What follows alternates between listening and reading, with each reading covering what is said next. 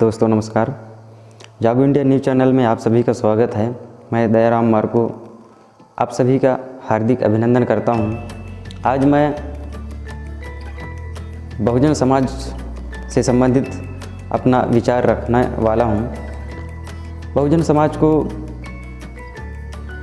Business के क्षेत्र में आगे आने की बहुत आवश्यकता है, क्योंकि सभी लोगों को नौकरी मिलना संभव नहीं है। क्योंकि आज की जो परिस्थिति है, स्थिति है, पढ़े लिखे युवा वर्ग इतने ज़्यादा संख्या में हैं कि सबको नौकरी मिलना संभव नहीं है।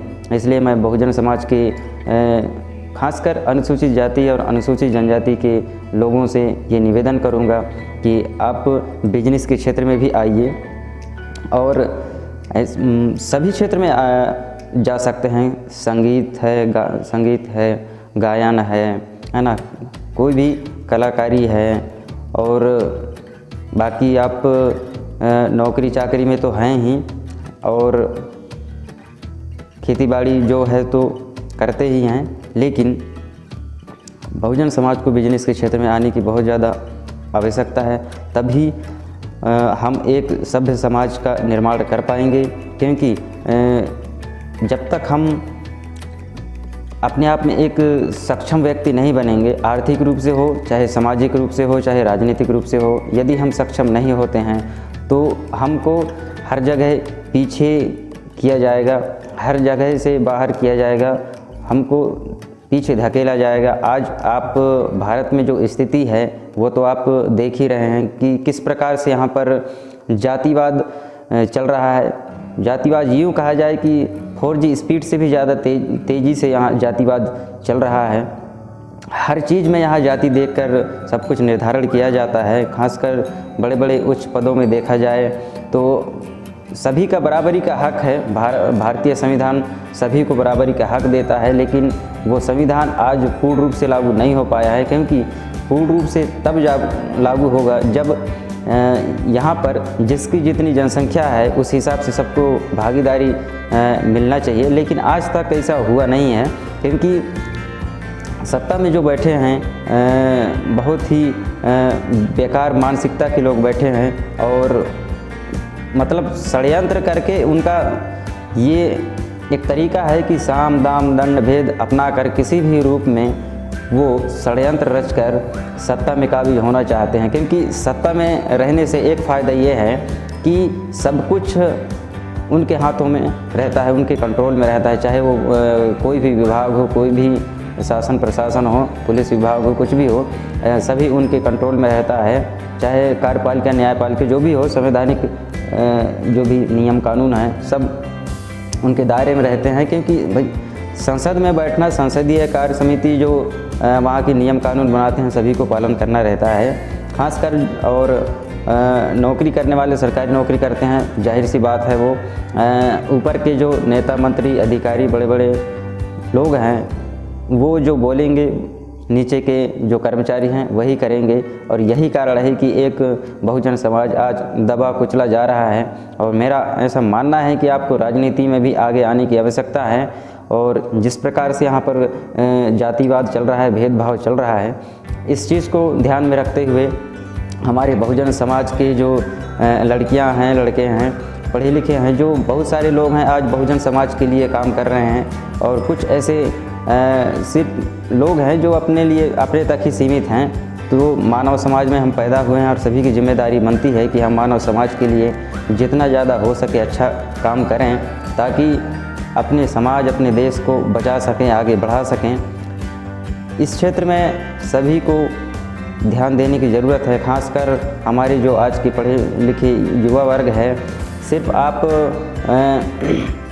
आज की डिजिटल दुनिया के चकाचौंध में ही सीमित मत रहिए। क्योंकि जब आप अपने समाज को, अपने देश को, अपनी इज्जत मान मर्यादा को नहीं बचा पाएंगे तो आपकी इन सब चीज़ों का कोई महत्व नहीं रह जाएगा।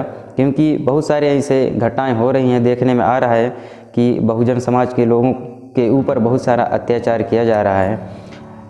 तो ये बहुत बड़ी एक सामाजिक जिम्मेदारी होना चाहिए हमारे बहुजन समाज के जो पढ़े लिखे युवा वर्ग हैं उनको समझना चाहिए कि सिर्फ नौकरी करना और अपने लिए कमाना खाना पेट भरना इतने में ही सीमित ना रहें, क्योंकि कमाना खाना पेट भरना तो जानवर भी कर लेता है, लेकिन मानव एक सामाजिक प्राणी है, समाज के दायरे में रहकर उसको काम करना रहता है। और जो भी आजकल नाता रिश्ता और जो भी संबंध होते हैं, है ना, तो अपने ही अब जाति बंधन में होता है, तो ये एक अपने समाज और अपने समाज के लोगों को जागरूक करना सभी की जिम्मेदारी बनती है। और मैं खासकर बहुजन समाज के लोगों से निवेदन करूंगा कि आप बिजनेस के क्षेत्र में अधिक से अधिक संख्या में आए, क्योंकि नौकरी भी करेंगे अच्छी बात है, नौकरी करना भी अच्छी बात है, लेकिन नौकरी 1-2 पीढ़ी ही कर पाएंगे, क्योंकि सभी लोगों को नौकरी मिलना या सभी पीढ़ी को नौकरी मिलना संभव नहीं है। इसलिए आप बिजनेस के क्षेत्र में आइए, क्योंकि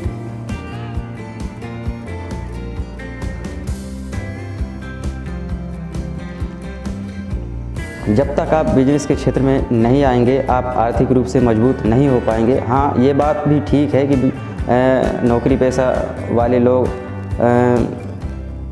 आर्थिक रूप से मजबूत हो जाते हैं, लेकिन मेरा एक अपनी दृष्टि से मैं सोचता हूँ कि सभी को नौकरी मिलना संभव नहीं है। हम 1 पीढ़ी नौकरी कर लेंगे, 2 पीढ़ी नौकरी करेंगे, हो सके तीसरी पीढ़ी को नौकरी ना मिले तो हम क्या करेंगे। इसलिए मैं अपनी दृष्टि से बताता हूँ, मतलब सोचता हूँ कि बिजनेस के क्षेत्र में आना चाहिए, शुरुआत करनी चाहिए, क्योंकि बिजनेस ही वो रास्ता है जो पीढ़ी दर पीढ़ी चलता है। क्योंकि आप देख रहे हैं आज के देश में इतने बड़े उद्योग धंधे चल रहे हैं, जिनके पीढ़ी दर पीढ़ी जो लोग बिजनेस कर रहे हैं, कोई भी धंधा कर रहा है, हर क्षेत्र में काम कर रहे हैं, तो उनका मतलब एक स्टेज में देखिए, कोई आज बहुत पहले जो ठलिया लगाकर मार्केट में कोई सामान बेचता था, आज वो बड़े बड़े शोरूम के मालिक हो चुके हैं। ये एक बिजनेस का फंडा होता है, क्योंकि बिजनेस में हमेशा आप ग्रो करते रहेंगे, लेकिन नौकरी में ऐसा नहीं होगा। एक समय के हिसाब से आपको अच्छी सैलरी मिल जाएगी, ये भी मानता हूँ मैं, लेकिन वहीं पे एक स्टेज में जाने के बाद सीधा आप नीचे आ जाएंगे। 50,000 कमाने वाला, पेमेंट पाने वाला सीधे एक समय रिटायरमेंट या फिर आखिर जब होगा तो सीधे वो 5,000 की पेंशन में आ जाएगा। लेकिन बिजनेस में एक ऐसा मतलब जरिया है जो हमेशा ग्रो करता रहता है। 5,000 से आप 50,000 या फिर आपकी जितनी क्षमता, जितनी मतलब कार्यशैली है, उसके हिसाब से आप बहुत आगे जा सकते हैं, ऐसा मेरा मानना है। और बहुजन समाज के लोगों को इस क्षेत्र में आने की बहुत आवश्यकता है, क्योंकि आपकी ये मत सोचिए कि मतलब आपका धंधा पानी या बिजनेस नहीं चलेगा, क्योंकि आपके पास इतनी बड़ी संख्या बल है, कोई ना कोई आपके पास ज़रूर काम कराने आएगा, आपके पास खरीदने सामान ज़रूर आएगा। ये मत सोचिए, क्योंकि बिजनेस ही वो एक माध्यम है जो जीवन को बेहतर तरीके से सिखाता है। जीवन का अनुभव यदि लेना है तो आप एक बिजनेस के क्षेत्र में आइए, क्योंकि नौकरी करते भी हैं तो हम सरकार के ऊपर डिपेंड रहते हैं। सरकार जब तक नौकरी देगी, जब तक सैलरी देगी, तब तक हम लोग अच्छा जीवन यापन करेंगे। यूँ कहा जाए कि दूसरे के दिए हुए तेल से घर में हम रोशनी कब तक करेंगे।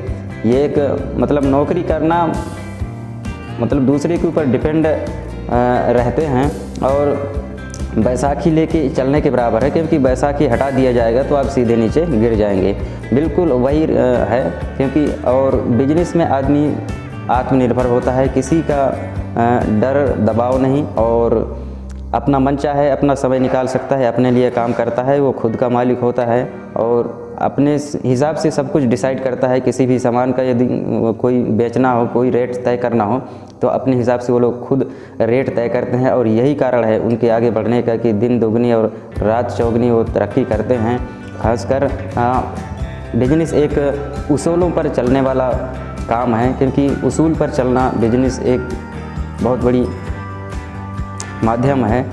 तो मेरा ऐसा मानना था कि मैं इस पॉइंट पे बोलूं कि अपने बहुजन समाज को इस क्षेत्र में आगे आना चाहिए। इसीलिए आज मैं इस वीडियो के माध्यम से मैं अपना विचार आप सभी तक रख रहा हूँ। इसमें जो भी गलतियाँ हों क्षमा चाहूँगा। आप सभी का धन्यवाद।